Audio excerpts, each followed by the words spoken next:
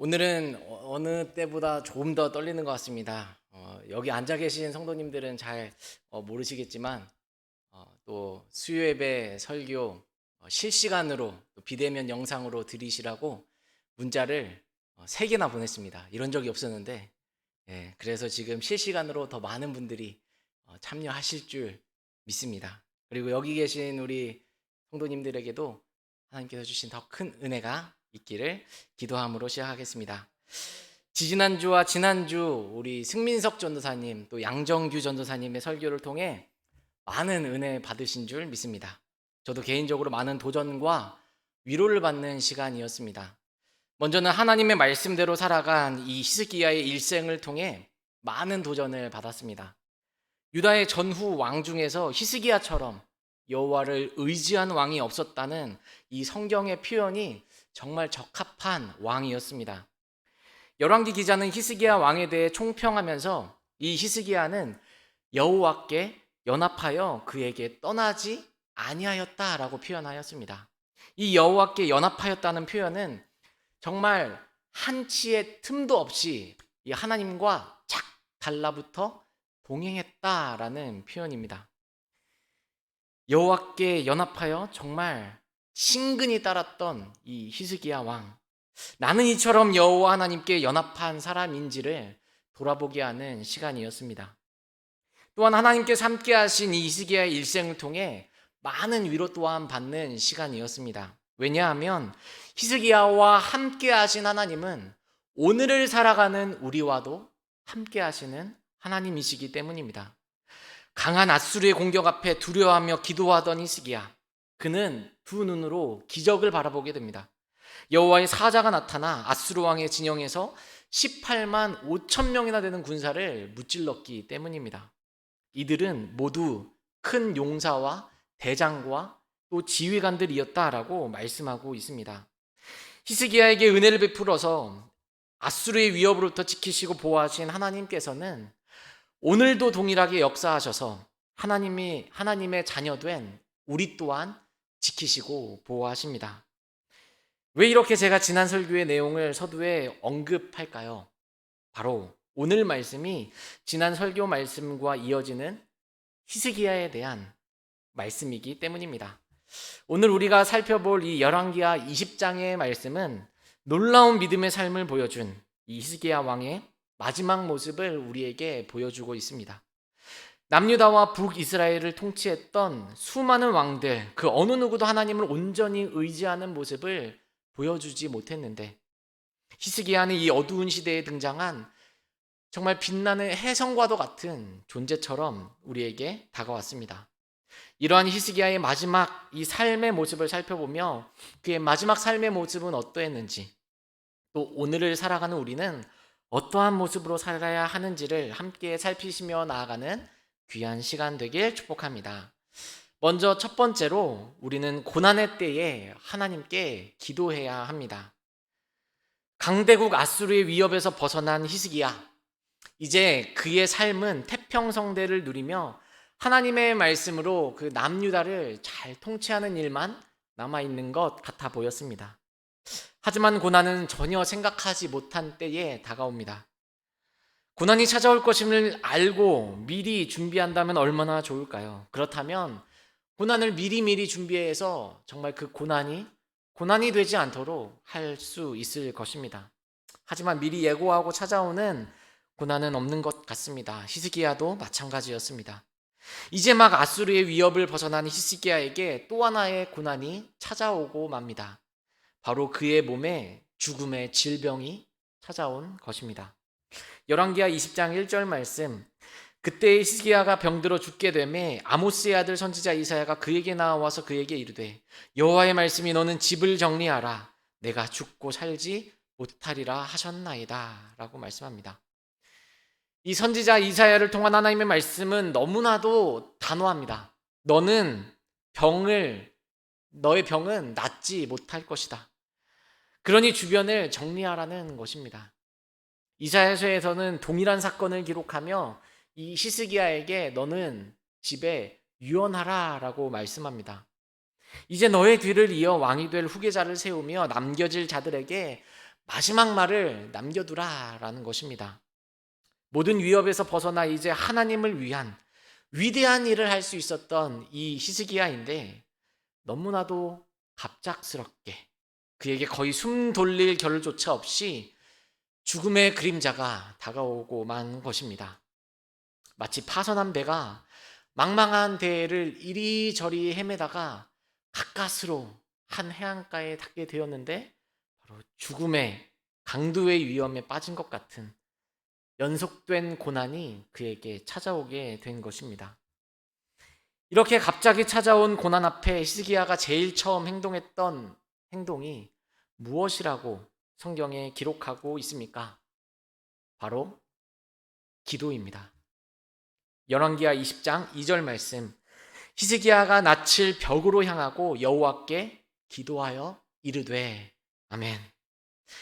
자신이 죽을 병에 걸렸고 낫지 못하고 죽게 된다는 이 하나님의 말씀 앞에 히스기야는 곧바로 기도합니다. 낯을 벽으로 향했다는 것은 자신의 이 눈에 보이는 그 어떤 것도 의지하지 아니하고 오직 하나님께만 집중하여 나아갔다라는 것을 의미합니다. 당시의 왕으로서 당연히 의지할 수 있었던 어떤 의학적인 행위나 약품 등 그 모든 일체의 것들을 다 의지하지 아니하고 오직 하나님만을 의지하는 모습을 우리에게 보여주고 있습니다. 왜냐하면 히스기야의 그 병은 오직 하나님만이 치유하실 수 있다라는 사실을 알고 있었기 때문입니다. 이것이 오늘 우리에게 감기나 기타 질병이 생긴다면 병원에 가거나 약을 먹지 말고 오직 하나님만을 향하여 기도하라 라는 것은 결코 아닙니다.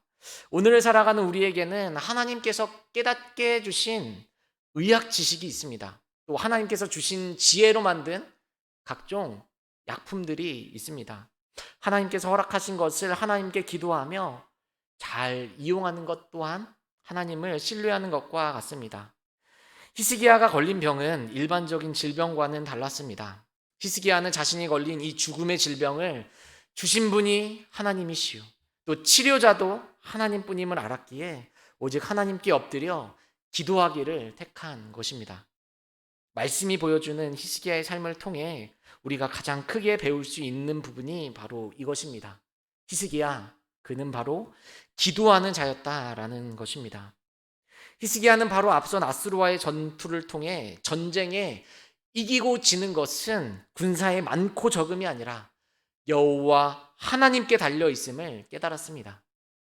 자신의 기도에 응답하셔서 강권적으로 역사하시는 그 하나님의 은혜를 깨달았습니다.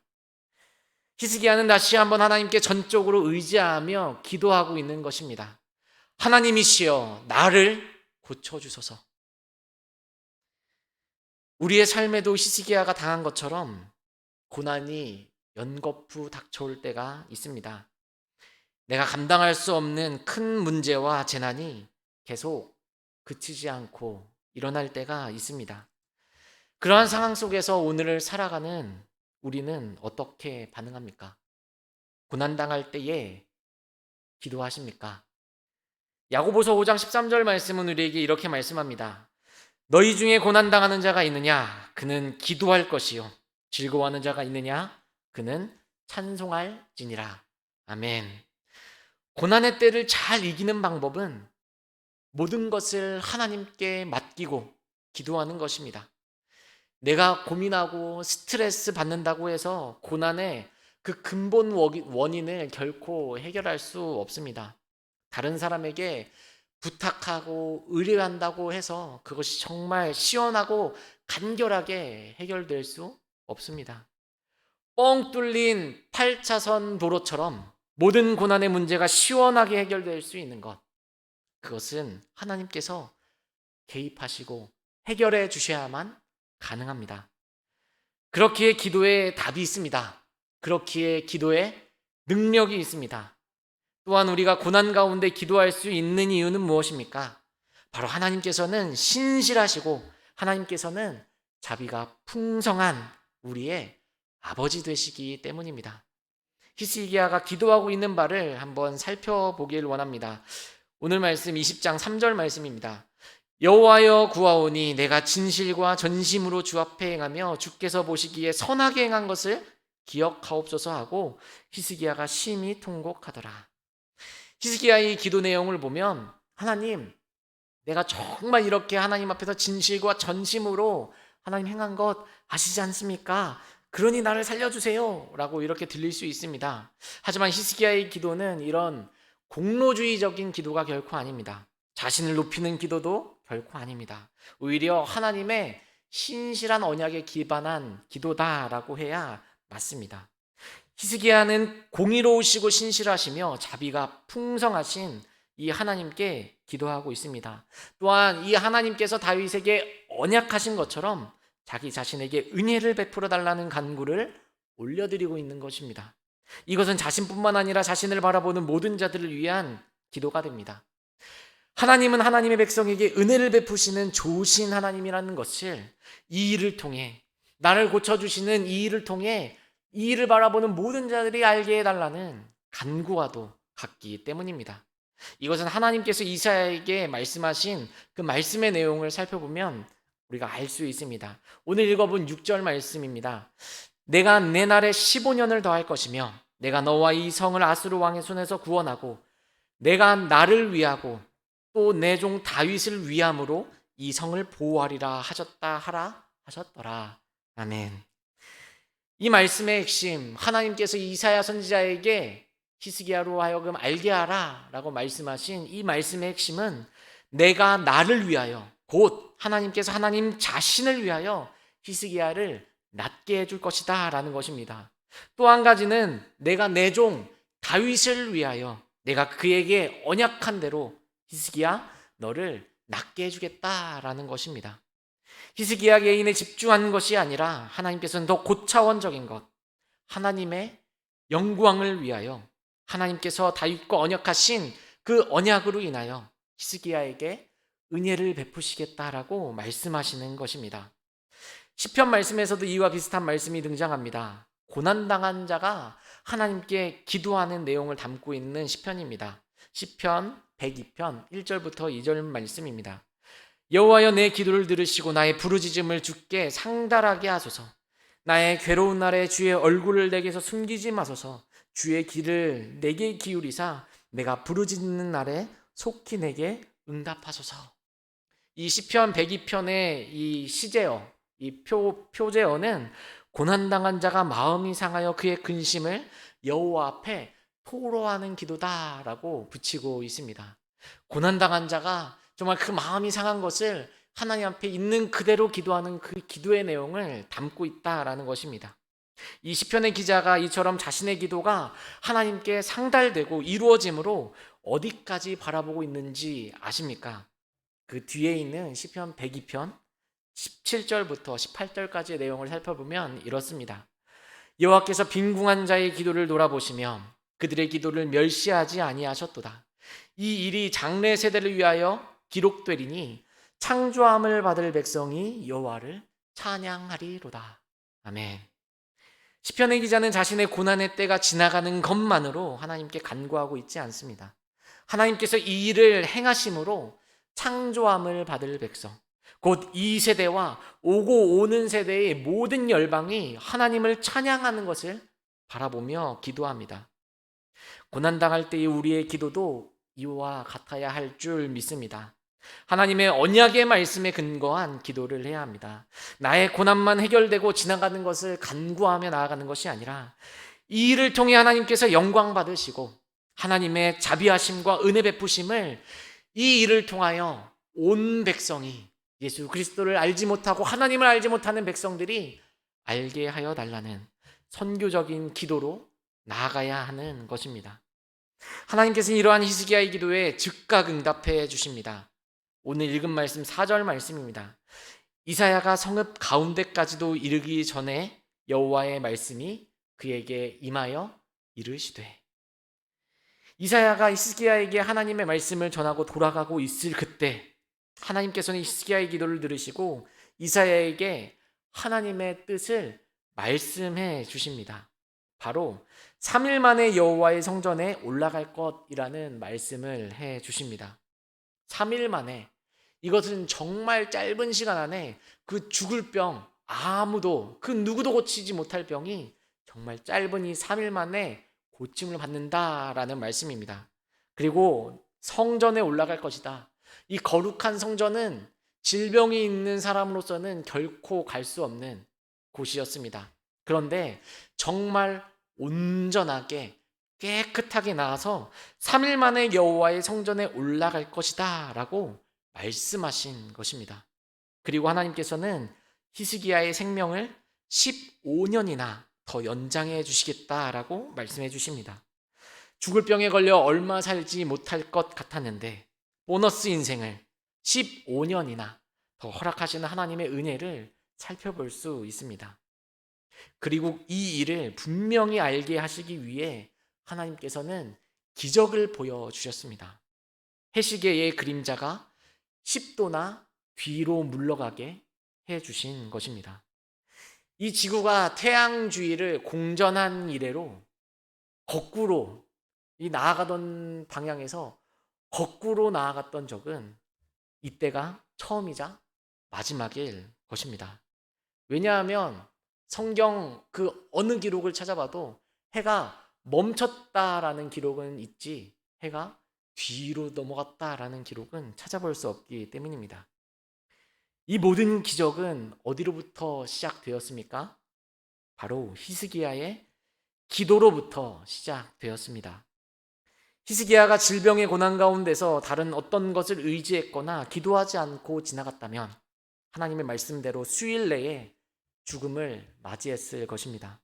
하지만 온전히 하나님을 믿음으로 기도했을 때 하나님께서는 은혜를 베푸시어 히스기야로 하여금 이러한 기적들을 경험케 하셨습니다. 내가 어찌할 수 없는 고난 가운데 계신 분들이 계십니까? 하나님의 신실하심을 믿음으로 기도하며 나아갑시다. 우리가 기도하면 하나님께서 일하십니다. 우리를 가장 좋은 길로 걸어가게 하실 것입니다. 그러므로 고난의 때에 신실하신 하나님을 의지함으로 모든 고난을 넉넉히 이겨내며 오직 하나님께만 영광 올려드리는 저와 우리 모든 성도님들 되시길 축복합니다. 두 번째로 살펴볼 것은 하나님이 주인 되시는 보너스 인생을 살아가야 한다는 것입니다. 죽음의 위기를 정말 가까스로 넘기신 분들의 이야기를 듣노라면 한결같이 이제 남은 인생은 덤으로 보너스로 살아가는 겁니다 라는 것을 많이 듣게 됩니다. 예수 그리스도를 믿는 분들이나 그렇지 않은 분들이나 고백은 같을 수 있습니다. 하지만 그의 삶의 모습은 180도 다른 것을 볼 수 있습니다. 믿음이 없는 분들은 보너스 인생의 많은 부분을 즐기며 사는 데에 투자합니다. 물론 봉사하고 좋은 일을 하시는 분들도 있으나 세상에서 시달리며 살았던 지난날을 뒤로하고 이 보너스 인생의 이 나머지 부분을 자신의 인생을 자연을 벗삼아 자연인으로 살아가는 분을 본 적이 있습니다. 그리고 돈에 매이고 일에 매여 해보지 못했던 여행이나 취미생활을 즐기며 사는 분들도 있습니다. 하지만 그리스도인은 다릅니다. 하나님이 주신 보너스 인생을 하나님을 위해 복음 전파를 위해 살아가겠다 결심하고 살아가시는 것을 보게 됩니다. 이런 성도님들의 고백과 삶을 볼 때 얼마나 은혜가 되는지 모릅니다. 오늘 말씀의 히스기야도 하나님의 은혜로 15년간의 이 보너스 인생을 살게 되었습니다. 그러면 이 보너스 인생은 누구를 위해 살아야 하겠습니까? 답은 당연히 하나님을 위해서입니다. 아수르의 공격으로부터 지켜주셨고 생명의 연한을 더하신 하나님의 은혜에 감사하며 사는 삶을 살아야 함이 마땅했습니다. 입장을 바꾸어 이 말씀을 듣고 계신 성도님들이라면 하나님께서 정말 나의 죽을 병을 고쳐주셔서 나의 생명의 연한을 15년을 더해 주셨다라는 말씀을 듣게 되었을 때 하나님께서 나의 질병을 온전하게 치유해 주시고 나의 삶의 연한을 연장해 주셨을 때 성도님들은 어떤 행동을 하시겠습니까? 어떤 삶을 사시겠습니까?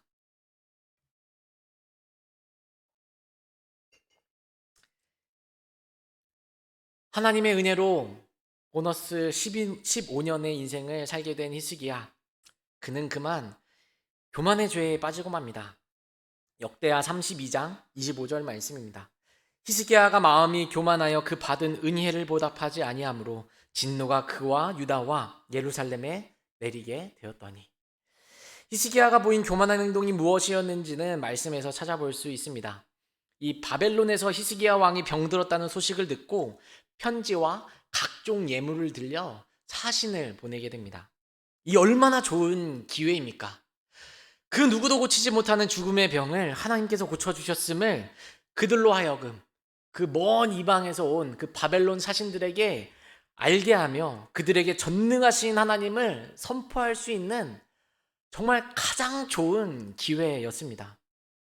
하지만 히스기야는 그만 교만의 죄에 빠져 바벨론의 사신들에게 왕궁에 있는 모든 보배로운 것들을 보여주며 자랑 아닌 자랑을 하게 된 것입니다. 하나님께서는 선지자 이사야를 통하여 이 히스기야의 교만의 죄를 질타하십니다.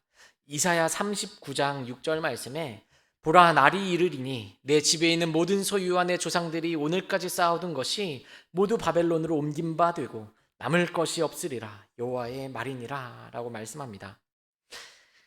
참으로 넘어지기 쉬운 것이 바로 인간인 것 같습니다. 바로 전까지만 하더라도 전적으로 하나님을 신뢰하며 기도했던 히스기야인데 이렇게 쉽게 교만의 죄에 빠지니 말입니다. 그래서 역경보다는 번영이 더 견디기 어렵다라는 말이 있는 것 같습니다. 고난과 역경의 때엔 하나님을 찾고 의지하다가 평화와 번영의 시기엔 하나님을 잊기가 얼마나 쉬운 것인지 깨닫게 됩니다. 그래서 우리는 항상 하나님의 은혜를 기억하며 날마다 자기 자신을 십자가에 못 박으며 예수 그리스도만을 드러내는 삶을 살도록 노력해야 하는 것입니다. 히스기야도 마찬가지입니다. 자신이 살아가고 있는 1분 1초가 하나님께서 주신 보너스 인생이라는 것을 항상 잊지 않았다면 이러한 교만의 죄는 결코 짓지 않았을 것입니다. 히스기야의 일생을 통해 우리의 삶을 돌아보기를 원합니다. 우리의 보너스 인생을 말입니다. 죽음의 위기를 넘긴 사람만, 또 오늘 말씀에 등장하는 이 히스기야만 보너스 인생을 사는 것이 결코 아닙니다. 예수 그리스도를 믿음으로 새 사람 된 우리는 보너스 인생을 사는 자들인 줄 믿습니다. 성경은 우리에게 이렇게 말씀합니다. 에베소서 2장 1절 말씀에 그는 허물과 죄로 죽었던 너희를 살리셨도다. 아멘. 우리 모두는 허물과 죄로 죽었던 자들입니다. 하지만 하나님께서는 예수 그리스도를 이 땅에 보내시어 예수 그리스도께서 죄로 죽었던 우리를 다시 살게 해주셨습니다. 죄 없으신 하나님의 아들이 십자가에서 피 흘려 죽으심으로 우리를 죽음에서 구원해 주셨습니다. 멸망받아야 마땅한 인생인데 죄로 인해 감히 천국은 꿈도 못 꿀 인생들인데 은혜로 모든 죄를 말갛게 씻어주시고 천국 소망을 품고 살도록 해주셨습니다. 보너스로 받은 인생, 그렇다면 우리는 어떻게 살아야 하겠습니까? 오직 주를 위해 살아가는 저와 모든 성도님들 되길 축복합니다. 로마서 14장 8절 말씀입니다. 우리가 살아도 주를 위하여 살고 죽어도 주를 위하여 죽나니 그러므로 사나 죽으나 우리가 주의 것이로다. 아멘. 하나님께서 내게 주신 재능을 통해 하나님께 영광을 올려드립시다. 하나님께서 내게 주신 물질을 통해 하나님의 선한 사업을 감당하며 나아갑시다. 하나님께서 내게 주신 이 건강을 통해 하나님의 일을 감당합시다. 하나님께서 내게 주신 시간을 통해서 하나님께 나아갑시다. 또 하나님께서 내게 주신 모든 것으로 감사하며 예수 그리스도의 복음을 전파하며 나아갑시다. 이것이 하나님께서 나에게 주신 보너스 인생을 살아감에 있어서 마땅히 가져야 할 우리의 태도인 줄 믿습니다. 하나님을 위하여 살아가는 보너스 인생, 예수 그리스도의 복음을 위하여 살아가는 이 보너스 인생에 하나님께서 함께 하시며 하나님께서 우리에게 은혜와 평강을 더하시길 축복합니다. 이제 말씀을 맺겠습니다. 열왕기하 20장 말씀을 통해 우리가 해결할 수 없는 이 고난의 때에 우리는 기도해야 함을 살펴보았습니다. 또한 우리가 받은 보너스 인생을 어떻게 살아야 하는지 함께 살펴보았습니다. 고난의 때에 하나님을 의지함으로 모든 고난을 거뜬히 이겨내는 인생이 되며, 또 하나님께서 주신 이 보너스 인생을 오직 주를 위해 살아가는, 그래서 하나님께만 영광을 올려드리는 저와 우리 모든 성도님들 되시길 축복합니다. 아멘. 이제 함께 말씀을 기억하며 기도하겠습니다.